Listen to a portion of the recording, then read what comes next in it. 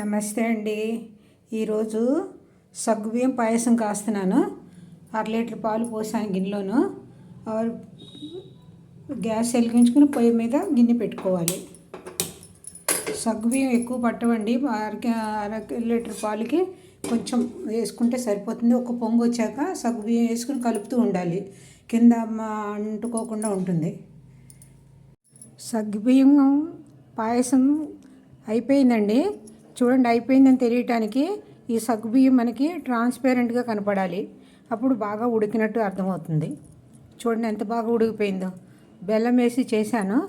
బెల్లం వేసి చేస్తే చాలా టేస్ట్ ఉంటుంది. కానీ చాలామంది సగ్గుబియ్యం నీళ్ళు వేసి ఉడకబెట్టిన తర్వాత కొంచెం పాలు వేస్తారు. నేను అలా చేయలే, ఓన్లీ పాలు వేసి సగ్గుబియ్యం ఉడకబెట్టాను బాగాను. చూడండి ఎంత బాగుందో. టేస్ట్ ఏదో పాలకోవ వేసినట్టుగా ఉంది.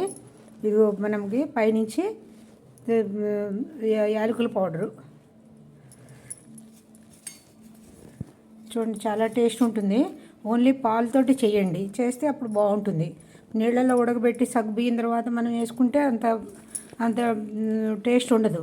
ఇదిగోండి పైనుంచి మన డెకరేషను ఈ కాజు, జీడిపప్పు, బాదాము.